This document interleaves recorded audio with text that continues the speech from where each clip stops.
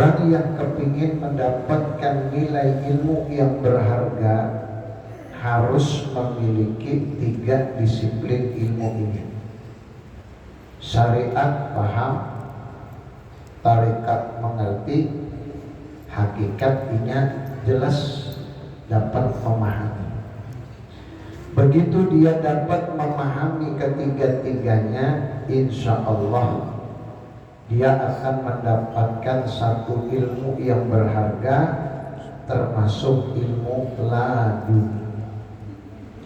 Ilmu laduni adalah ilmu yang langsung diberikan Allah, yang langsung diberikan oleh Allah kepada hambanya tanpa melalui perantaraan yang lain. Orang yang memahami dan mendapatkan ilmu laduni, dia akan dapat memahami berbagai macam disiplin ilmu, meskipun tidak pernah sekolah, meskipun tidak pernah mengaji secara khusus. Kalau Allah tiupkan ilmu laduni, maka dia akan paham dengan sendirinya bahwa dia memiliki pemahaman yang luar biasa. Kemudian ketahuilah olehmu, kata musannif pengarang kitab, bahwasanya saudara-saudara yang menuntut keridhaan Allah, bahwasanya tingkatan makrifat kepada Allah itu ada beberapa bagian. Mengenal Allah atau makrifat kepada Allah itu ada 3 tingkatan, 3 macam. Orang mengenal Allah itu macam-macam tingkatannya. Di dalam kitab ini disebutkan 3. Sampai sejauh mana dia mengenal Allah terlihat pada perlakuan, perbuatan setiap hari. Pertama, namanya makrifat ilmu yakin. Apa itu yang dimaksud dengan makrifat ilmu yakin? Ialah setelah mempelajari ilmu tauhid dengan mengerti dan dapat pula mendirikan dalil akli sendiri, hingga tersimpullah di dalam hatinya kepercayaan kepada Allah dan Rasulnya. Dia telah lepas kewajiban belajar ilmu tauhid. Ada satu kelompok manusia, satu keadaan manusia muslim, khusus umat Nabi Muhammad. Insya Allah kita, jadi kita yang ada ini yang mengaku sebagai hamba Allah, mengaku sebagai umatnya Rasulullah, sampai jauh mana, sejauh mana pengenalan kita kepada Allah itu tergantung nanti kondisi setiap hari. Ulun ambil contoh sederhana, kayak apa inya mensikapi tugas kepada Allah, atau ketika dipanggil oleh Allah kayak apa hatinya. Ketika dikumandangkan suara adzan, tanda sudah masuk kewajiban kita kepada Allah, apa yang dikerjakannya? Itu gambaran sederhana. Apakah nanti mereka yang sampai pada tingkatan ilmu yakin atau ma'rifat ainul yakin atau ma'rifat hakul yakin dilihat dari keadaan setiap hari. Kalau sudah urusan kepada Allah, kayak apa perhatiannya? Kalau urusan selain daripada urusan kepada Allah, kayak apa perhatiannya? Bicara akhirat kayak apa perhatiannya? Bicara dunia kayak apa perhatiannya? Kalau dia lebih banyak mencurahkan hidupnya untuk kepentingan akhirat, minimal ini di ilmu yakin. Artinya ilmu yang dipelajarinya selama ini kada sia-sia. Paham? Nah, kita belajar setiap malam Ahad, setiap malam Ahad kan pian hadir. belajar, dudukkan di majelis ilmu, mengaji, mendengarkan tuan guru menyampaikan ilmu. Nah, karena malam-malam lain ada pulang pian hadir ke majelis ilmu, langgaan Masjid Samadiyah diantaranya, di majelis-majelis habaib umpamanya. Sejauh mana kita dapat memahami ilmu yang kita pelajari itu sebatas sejauh mana dia dapat mengamalkannya. Meskipun setiap hari, meskipun sepanjang hidupnya bahkan dicurahkan untuk menuntut ilmu, tapi pada saat mengamalkan sejauh mana, ya? Sehingga terbitlah satu keadaan orang yang berada di pondok pesantren 5, 10, 15 sampai 20 tahun gugur karena sudah turun ke masyarakat berapa orang terpakai. Kelihatan. Nah, pondok pesantren itu penuh manusianya. Ulun ambil contoh pondok pesantren Darussalam Martapura zaman ulun aja. Zaman ulun tuh tahun sekitar 80-an. Itu kelas 1 sanawiyah rata-rata 4 kelas. Kelas 2 sanawiyah 4 kelas, kelas 3 sanawiyah 4 kelas, berapa? 12 kelas.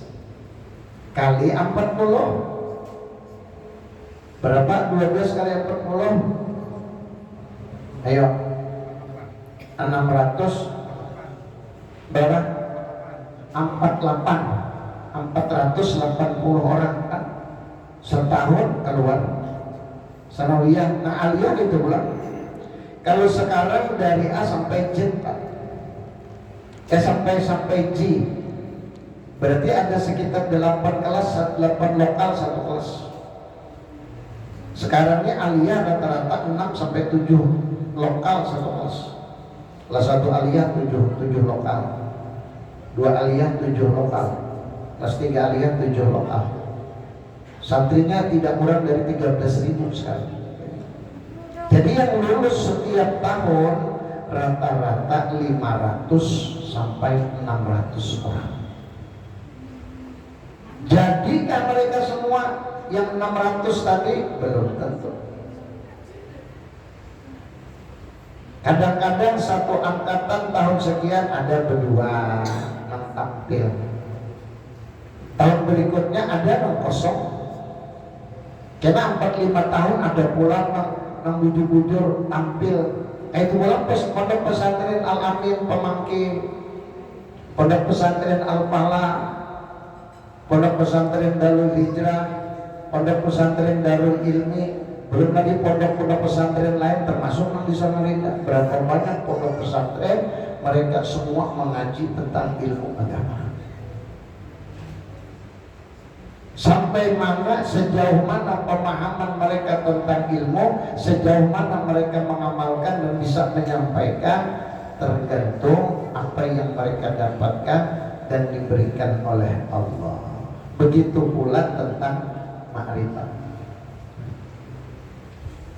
Jadi apabila sampai pada tingkatan ma'rifat ilmu yakin, maka gugur kewajiban untuk belajar ilmu tauhid. Artinya sampai pada batas. Sampai pada batas. Orang yang dikatakan sampai pada batas bahwa dia sudah menuntut ilmu tauhid sampai pada batas yang ditentukan, artinya gugur kewajibannya apabila setelah dia mempelajari ilmu tauhid dengan mengerti dan dapat mendirikan dalil akli sendiri, sehingga tersimpullah di dalam hatinya kepercayaan kepada Allah dan Rasul. Mendengar guru menjelaskan tentang ilmu tauhid sejauh mana ini memahaminya. Setelah dia paham, lalu dapat dia menunjukkan dalil, dapat menjelaskan tentang dalil baik akli atau nakli. minimal akli.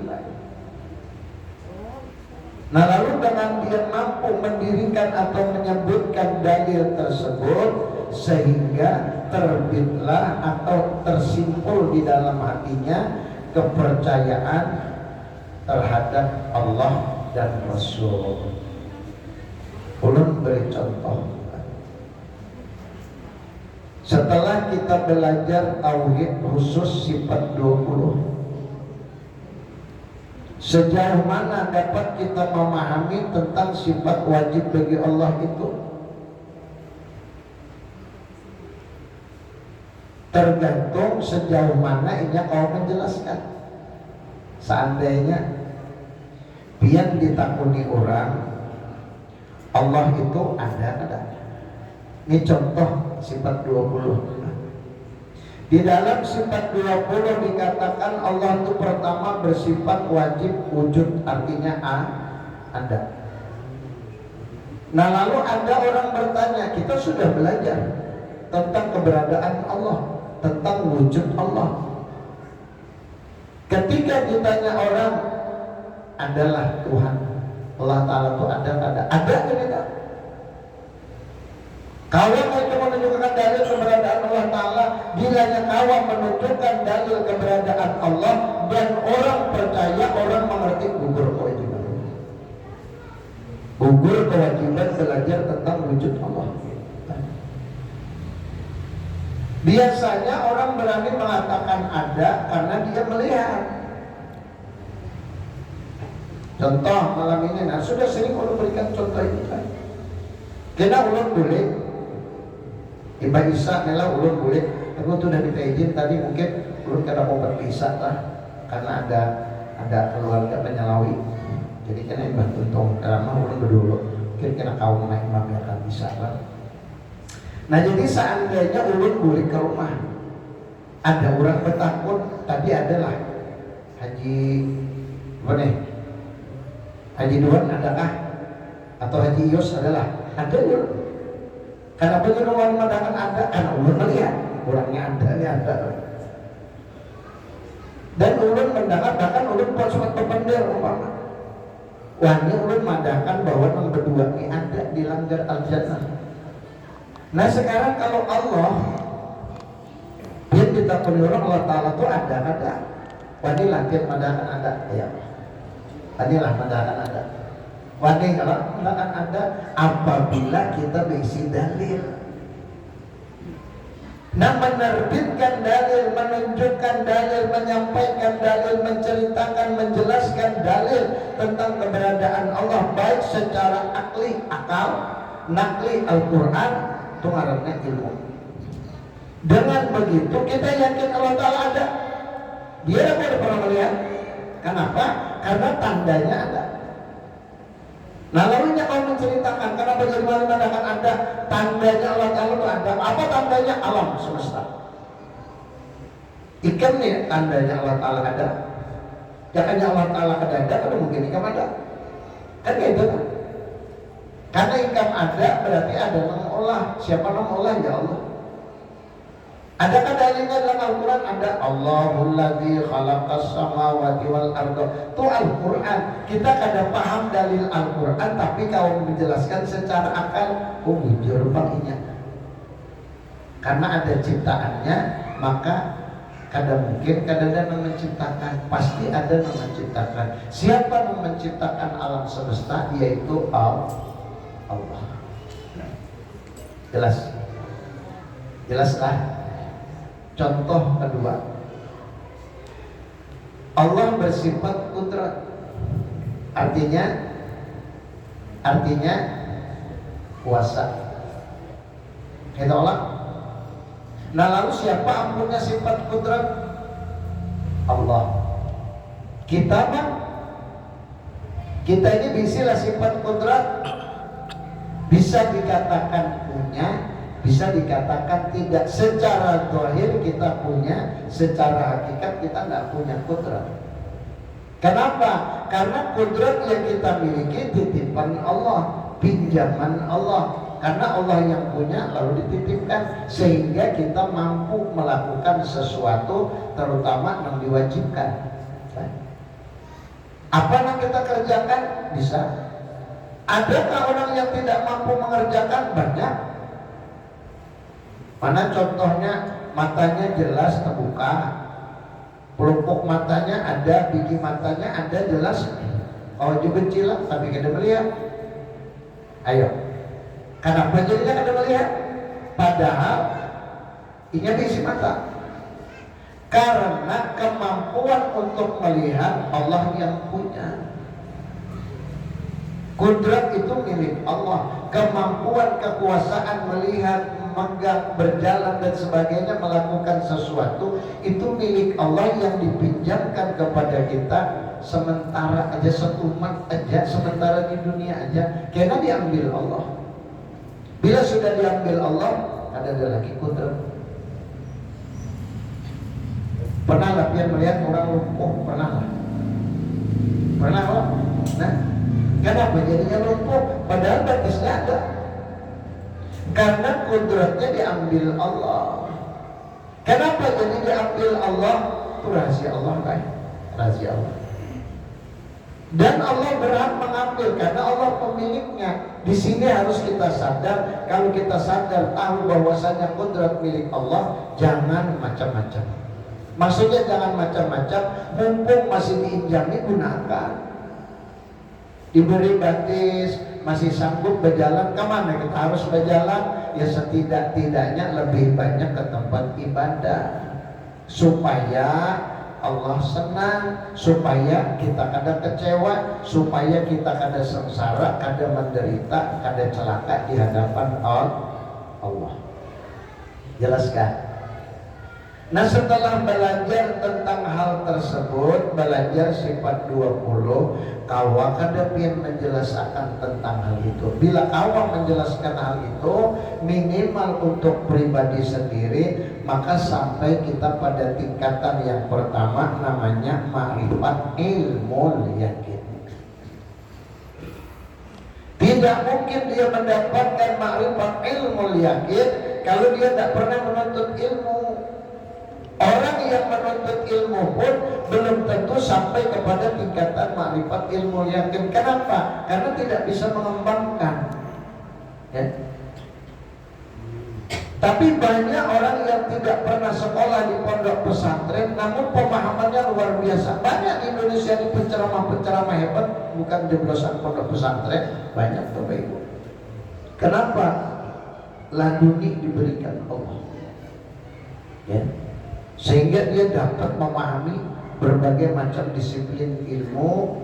Nah lalu dia dapat menyampaikan, terutama meyakini tentang Allah dan Rasul. Ini adalah tugas yang paling utama. Bila sudah kita awak meyakini, percaya kepada Allah dan Rasul dalam tingkatan tertentu, maka gugur kewajiban kita untuk belajar ilmu tauhid. Dan kita sudah sampai pada tingkatan makrifat ilmu yakin. Jelas nah? Ada yang mau tanya? Ada yang mau tanya dalam hal ini? Ada? Ada? Mudahan paham lah. Artinya mudahan paham. Mudahan kita dapat mengerti bahwasannya tingkatan kita ini minimal pada ilmu yakin dulu. Tadi ilmu yakin dulu penting. Supaya karena bila berhadapan lawan munkar nakir, kamu menjawab. Kamu menjawab pertanyaan. Karena kita sudah mampu membuktikan. Mampu kita menunjukkan bahwa kita hamba Allah. Kita percaya kepada Allah bahwa Allah itu punya perintah. Kita percaya kepada Allah karena Allah itu punya larangan. Kita percaya kepada Allah bahwa semua apa yang kita perbuat nanti akan dipertanggungjawabkan di hadapan Allah. Sehingga kita tidak berani macam-macam. Nah orang yang percaya kepada Allah, tidak mungkin dia berani mengkhianati atau durhaka kepada Allah. Karena dia takut, Pak. Dia benar-benar percaya. Allah beri gambaran, satu gambaran lah. Ujar Allah, manusia itu kena bila sudah masuk ke liang lahat, semuaan menyesal. nang alim kah, nang wali kah, nang sufi kah? Sufi itu orang hatinya bersih, wali itu kekasih Allah, alim itu orang yang paham ilmu kepada Allah. Nang tiga ini nak kalau sudah kisah kita nang awam, hubungan kita nang awam ini udah pasti lebih dari pasti. Nang tiga ini nak wali, sufi, alim, bila sudah masuk kalian lahap, pastinya minta hidupkan lagi. Ya Allah, coba jangan ditunda kematianku setumat aja. Jangan ditunda ya Allah kematianku setumat aja ya Allah. Aku hendak bersedekah dan aku hendak jadi orang soleh, orang alim Pak. Padahal orang soleh sudah. Aku hendak jadi orang soleh. Kenapa? Karena merasa kurang dengan bekal yang dibawa. Itu hanya masuk Pak. Belum lagi menjalani sehari, 2 hari, sebulan, 2 bulan, setahun, 2 tahun, maka ratusan tahun nih, berapa ratus tahun lagi hanya kiamat. Wallahu a'lam. Nah selama itulah sebelum kiamat, berarti kita dikubur kan? Kalau ditentukan oleh Allah kiamat tahun 3000, berarti berapa ratus tahun lagi? Ini kan 2023.